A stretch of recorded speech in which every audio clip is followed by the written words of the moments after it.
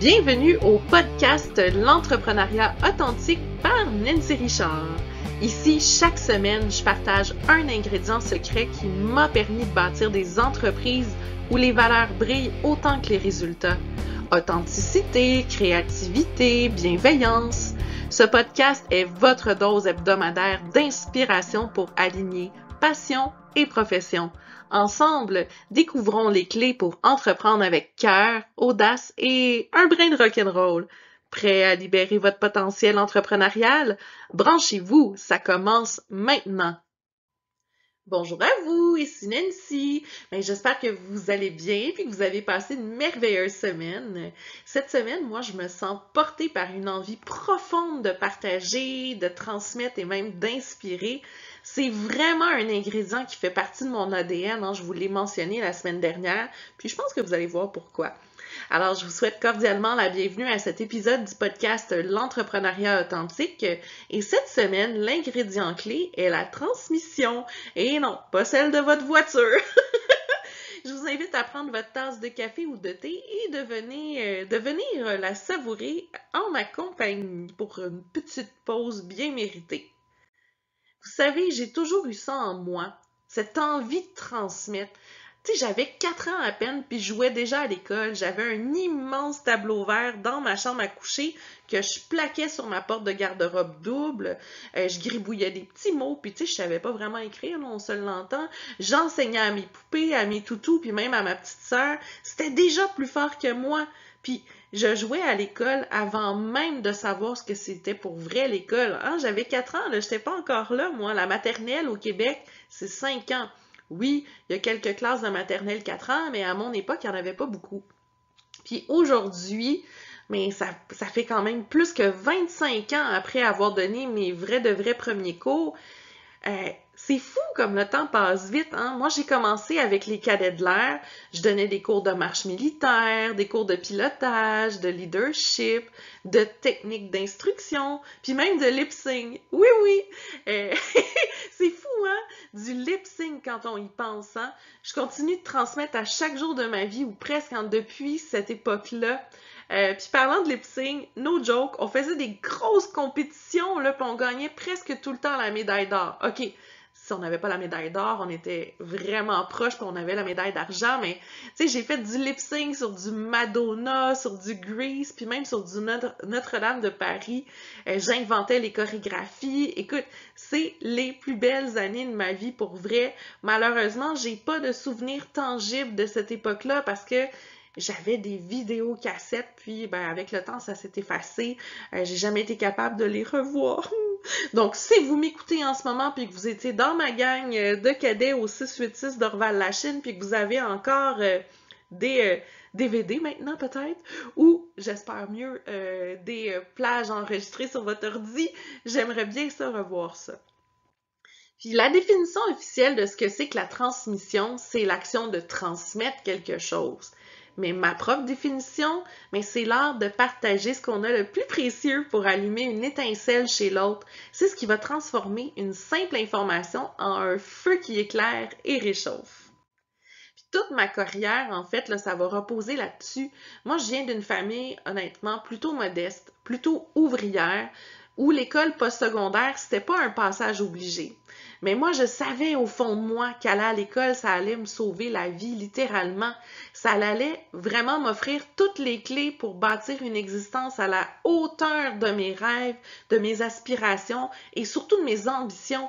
C'est pas pour rien que j'ai fondé pas une, mais 2 écoles. Je le savais que c'était vraiment ma clé de salut. Puis dans mes entreprises, la transmission, elle va prendre plein de formes différentes, que ce soit via des formations, via des livres que j'écris, les fascicules que je fais pour chacun de mes cours. Moi, je tiens à transmettre, je pense que c'est le sujet de cet épisode-là, mais je tiens également aussi à transmettre les mémoires de mes aïeux. Je travaille depuis des années. Malheureusement, c'est un projet que j'ai été obligée de mettre à pause parce que j'ai beaucoup d'obligations professionnelles, mais je veux vraiment écrire un livre sur les lettres d'amour que mes grands-parents se sont envoyées à une certaine époque pour leur vraiment soulever leur mémoire, puis Je veux vraiment faire de cette correspondance-là épistolaire d'amour quelque chose d'unique.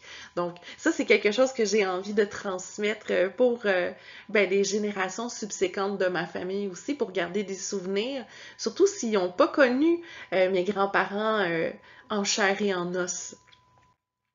Puis, moi, je sais que chacun va apprendre de façon très différente, par différents canaux variés. Il y en a qui sont plus auditifs, il y en a qui sont plus visuels, il y en a qui sont plus pratico-pratiques. En réalité, je me base sur le modèle qu'on appelle le VAC. Visuel, auditif, kinesthésique. Parce que moi, je veux vraiment que chaque personne qui apprend auprès de moi soit capable de recevoir le savoir d'une façon qui lui parle, puis que ça va y servir pour vrai. D'ailleurs, si vous êtes curieux, voici comment vous pouvez savoir de quel type d'apprenant vous êtes. Je vous invite à aller en dessous de mon épisode, de commenter justement c'est quoi votre résultat, si ça vous tente, si le cœur vous en dit. Alors, il y a 3 types d'apprenants. Il y a les visuels, les auditifs, les kinesthésiques. On a tout un petit peu de tout, OK? Pour vrai, là, mais si on faisait le VACOG au complet, le A olfactif, c'est le O, puis le G, c'est pour gustatif, c'est sûr qu'à moins qu'on soit fleuriste ou sommelier, là, c'est un petit peu moins courant comme façon d'apprendre. Alors, les auditifs, eux, ils ont vraiment tendance à mieux retenir les leçons quand ils les entendent. C'est juste pour vous dire, moi, je suis une vraie auditive. Je m'enregistrais en lisant mes notes de cours à voix haute, puis je faisais juste les réécouter une autre fois pour étudier. Ça marchait. Puis des fois, quand j'étais chanceuse, je demandais à mon père de venir dans ma chambre et de me lire à voix haute mes notes une seule fois. Moi, je me couchais dans mon lit, je m'abriais avec une doudou, je fermais mes yeux, puis bam, ça s'incrustait automatique dans mon cerveau. Je l'entendais une fois, puis c'était inscrit pour toujours. Les visuels, eux autres, ils ont vraiment besoin d'écrire ou de voir les choses. C'est des gens qui ont tendance à copier leurs notes de cours avec un code de couleur, qui vont surligner des passages importants, puis ils vont lire et relire encore pour étudier, pour pouvoir retenir la matière. Puis les kinesthésiques, ça, c'est les personnes qui ont vraiment besoin de bouger pour conceptualiser leurs apprentissages dans leur corps.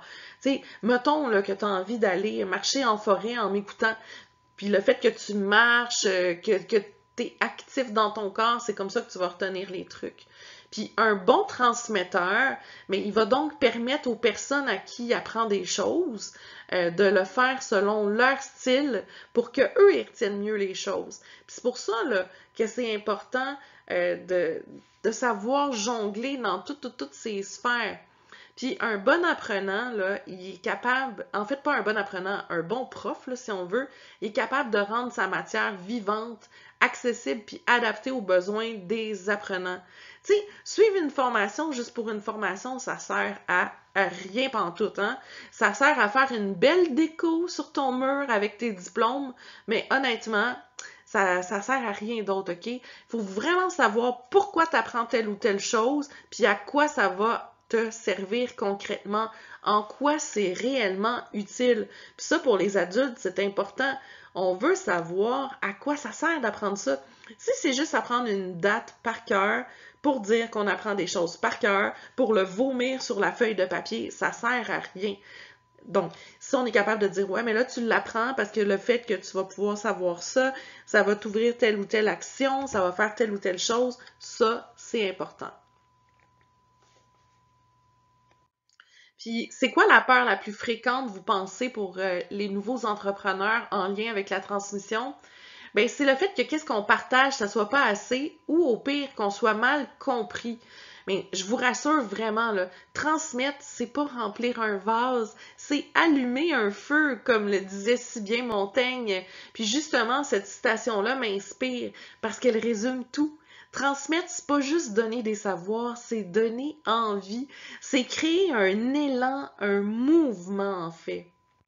Puis la semaine prochaine, je vais vous parler d'un autre ingrédient qui est essentiel pour bien honorer ce qu'on transmet, c'est le professionnalisme. Alors, j'espère que votre tasse, elle est terminée. Moi, oui, puis je suis super contente du moment qu'on vient de passer ensemble. Et j'espère en quelque sorte d'avoir bien joué mon rôle de transmission. Alors on se retrouve la semaine prochaine. Ciao ciao! Pour de plus amples informations concernant mes entreprises ou mes services, vous pouvez visiter mon site web nancy-richard.com.